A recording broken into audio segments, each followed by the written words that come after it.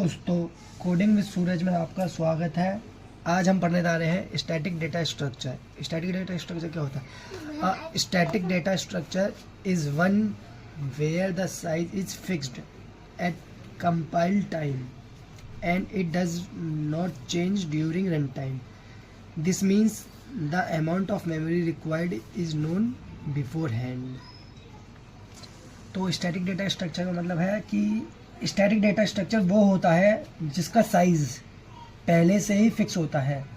जब प्रोग्राम लिखने से जा रहे हो या उससे पहले वो कंपाइल टाइम पर वो फिक्स रहता है। आप रन टाइम में उसका साइज़ चेंज नहीं कर सकते।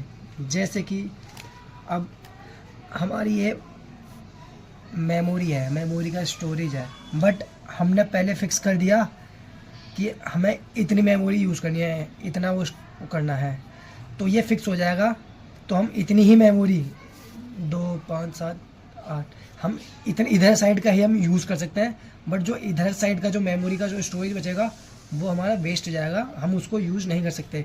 अगर हमें ये यूज़ करना है तो प्रोग्राम स्टार्ट करने से पहले ही हमें उसको डिसाइड करना होगा कि हमें कितना करना है। अब जैसे हमने कोई भी कोड किया तो हमने उसमें डाल दिया कि हमें सिर्फ इतना कोड चाहिए, तो उसमें सिर्फ इतना ही आएगा, उसमें हम ज़्यादा यूज़ नहीं कर सकते। फिर हमें चाहे हमारा हो पाए पूरा कोड या ना हो पाए। जैसे एग्जाम्पल में, जैसे हमने लिया इंट एरे का लिया हमने एक एग्जाम्पल, ठीक है। तो इसका हमने पहले ही फिक्स कर दिया 5 है।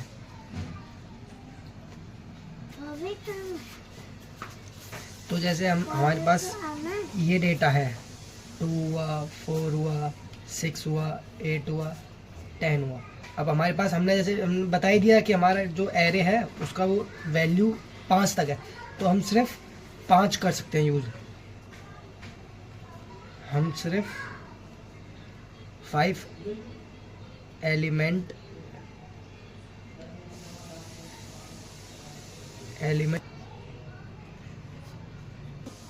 तो अब हम इस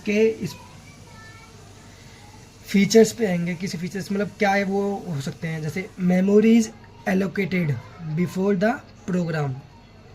बिफोर इसमें बोल रहा है ना, बिफोर, तो जैसे कि बिफोर बोल रहा है तो मतलब इसमें बकायदा बोल रहा है कि प्रोग्राम रन होने से पहले ही बताना पड़ेगा। जैसे मैंने आपको बताया कि प्रोग्राम रन होने से पहले ही उसको बताना पड़ेगा। जैसे इसमें बताया इंट में, एरे में, कि 5 उसको चाहिए स्टोरेज, तो वही है। तो इसमें 5 का है तो इसमें 5 यूज़ किया। अब जैसे मैं बताएगा 5 तो ही होगा, नहीं तो नहीं हो पाएगा, छठवां नहीं हो पाएगा। ये फास्ट एक्सेस होता है बट नॉट फ्लेक्सिबल होता है। ये तेज़ी काम करता है बट ये फ्लेक्सिबल नहीं होता।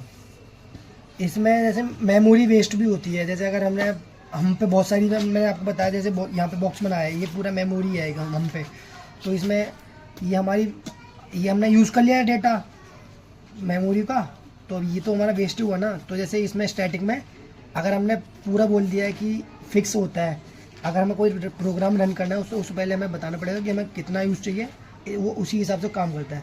अगर प्रोग्राम के बीच में हम कोई भी चेंज नहीं कर सकते। तो बस स्टैटिक में इतना ही। अब डायनेमिक डेटा स्ट्रक्चर पढ़ते हैं। तो डायनेमिक डेटा स्ट्रक्चर क्या होता है? Dynamic data structure allow the size to change during run time. Memory is allocated when needed and can grow or shrink as required.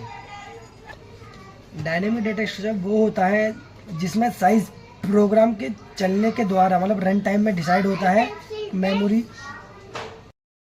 Dynamic data structure, a dynamic data structure allows the size to change during run time. इसमें program चलते चलते भी हम change कर सकते हैं। हमें जितनी मेमोरी की वो ज़रूरत होगी हम उतना यूज़ कर सकते हैं। Memory is allocated when needed and can grow और श्रिंक एज रिक्वायर्ड। इसे हम अपनी ज़रूरत के हिसाब से इंक्रीज भी कर सकते हैं, डिक्रीज भी कर सकते हैं, सिकोड़ भी सकते हैं और बढ़ा भी सकते हैं। फ्लेक्सिबल बट एक्सेस में बी स्लोअर देन स्टैटिक। ये फ्लेक्सिबल होती है और स्लो होती है स्टैटिक के कंपैरिजन में। Good for situation where you don't know the exact size in advance. अगर आपको प्रोग्राम स्टार्ट करने से पहले आपको नहीं पता कि आपको कितना डेटा यूज़ करना है, तो ये उसमें काफ़ी हेल्पफुल होता है कि इसमें हमें ये नहीं है कि हमें बताना पड़ेगा कि हमें फिक्स इतना ही डेटा चाहिए।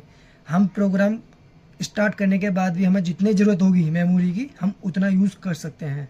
इसमें मेमोरी का वेस्टेज नहीं होगा, जितना हमें यूज़ होगा उतना ही करते हैं, बाकी मेमोरी हमारी सेफ रहती है। हम उसमें आगे और भी डेटा स्टोर कर सकते हैं।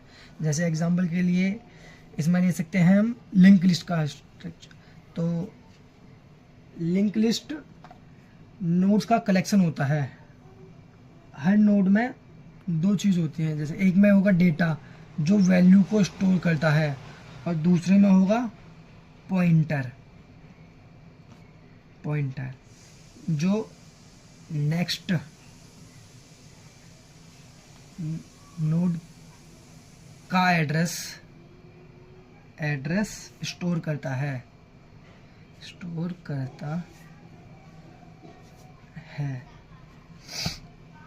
तो डायग्राम के उससे समझाते हैं आपको।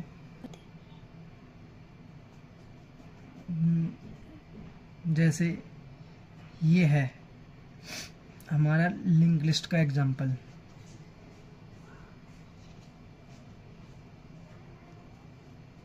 इसमें हमारा होगा डेटा, इसमें होगा ये नेक्स्ट वाले का होगा, इसमें मतलब एड्रेस स्टोर होता है, फिर इसमें फिर डेटा आएगा, इसमें फिर नेक्स्ट आएगा। तो ऐसे ही कंटिन्यूस होता है। और जो लास्ट वाला होगा उसकी जो वैल्यू होगी उसको हम नल कहते हैं कि यहाँ पे हमारा ख़त्म हो गया प्रोग्राम। ये एंड ऑफ द लिस्ट में आता है, एंड ऑफ द लिस्ट। और ये जो फर्स्ट वाला होगा ये हमारा होगा हेड, मतलब यहाँ से हमारा स्टार्ट हुआ, यहाँ पे हमारा एंड हुआ। डेटा से हमारा स्टार्ट होगा और नल पे हमारा प्रोग्राम एंड होता है। तो आज के लिए इतना ही। अगर आपको मेरा पढ़ाया हुआ समझ आया हुआ हो तो कृपया करके हमारे चैनल कोडिंग विद सूरज को सब्सक्राइब करें और लाइक करें। Thank you.